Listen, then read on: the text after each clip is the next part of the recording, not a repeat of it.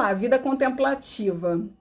Tem perante Deus algum mérito os que se consagram à vida contemplativa, uma vez que nenhum mal fazem, só em Deus pensam, ou seja, eu me isolar e ficar aqui só orando, meditando, nananã, tem um valor maior do que eu estar na rua, eu estar no mundo, eu estar exposta, né? Não, porquanto se é certo que não fazem o mal, também o é que não fazem o bem e são inúteis. Nossa, depois vocês falam que eu sou grossa. Brincadeira, gente. Mas eu adoro essas respostas assim dos espíritos que eu falo, tá vendo? Ó, até os espíritos falam desse jeito. São inúteis. Ademais, curto e grosso. Ademais, não fazer o bem já é um mal. Deus quer que o homem pense nele, mas não quer que só pense nele, gente. Aí, ó, eu sempre falo, esse negócio de se enfiar numa instituição, esquecer da vida lá fora, e só aqui, não é comigo, pelo menos. Eu sou a revoltada. Tem que ter equilíbrio, gente. Tem que ter equilíbrio na vida. Esse negócio de, pelo menos, pra mim, não funciona. Você se enfiar num lugar e achar que, só aqui, eu tenho que ficar aqui. E, às vezes, você, até pela vulnerabilidade do momento em que entra num lugar, acaba se envolvendo demais no trabalho e fica ali, mas... Alô, hein? Alô.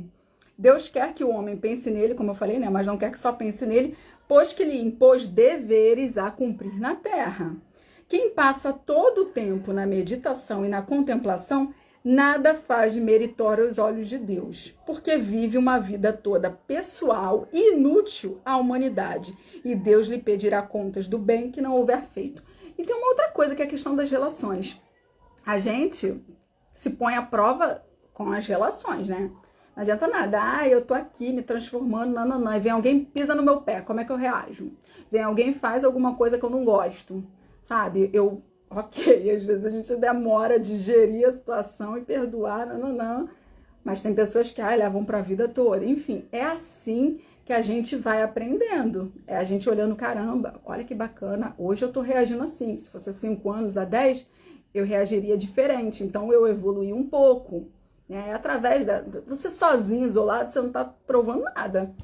Porque você vai lá, eu tô aqui lendo o evangelho, no nosso caso aqui, as leis morais. Aí você, né, muito bonito tudo isso aqui, caridade, não, humildade, paciência. Mas você não se relaciona com ninguém, aí fica fácil, né? Você ser paciente, falar que é isso, que é aquilo. Ninguém tá ali te testando, né? Então a gente precisa da vida social e tem a lei de sociedade, que a gente vai ver depois, né? Agrada a Deus a prece? A prece é sempre agradável a Deus, quando ditada pelo coração, pois para ele a intenção é tudo.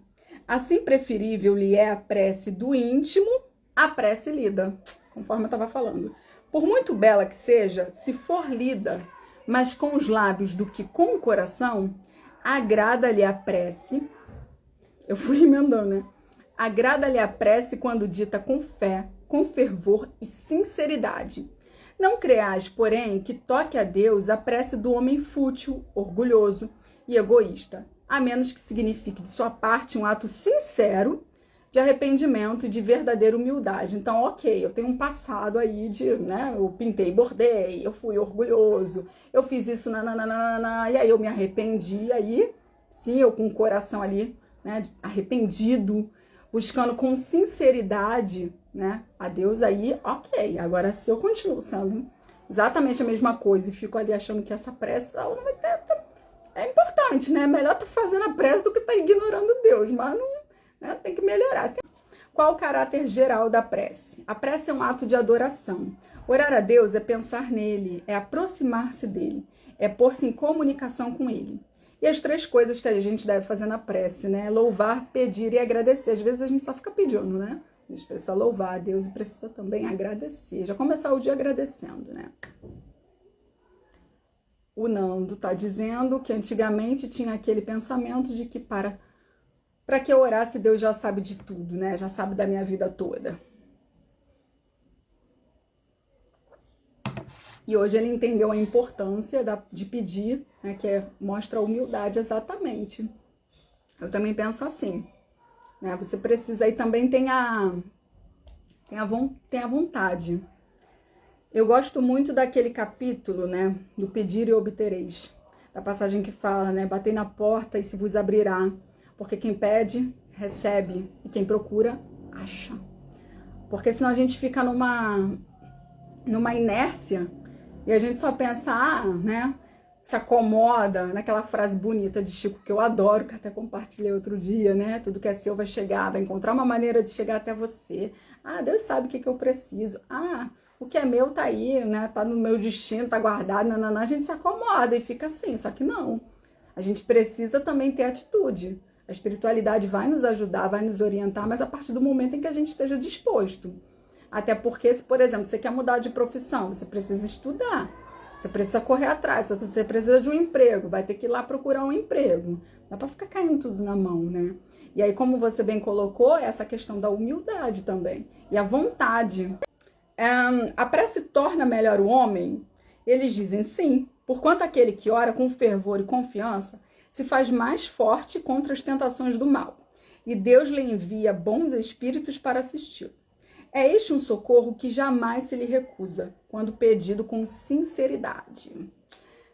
Aí o Leandro está falando, a energia influencia em tudo, exatamente.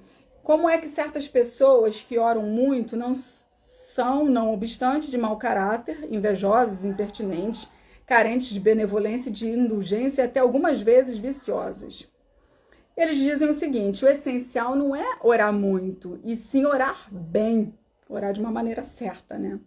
Essas pessoas supõem que todo mérito está na longura da prece e fecham os olhos para os seus próprios defeitos. Mais ou menos o que eu estava falando antes, né? Sobre a gente decorar, sobre repetir palavras de expressões, não que a gente não possa fazer isso.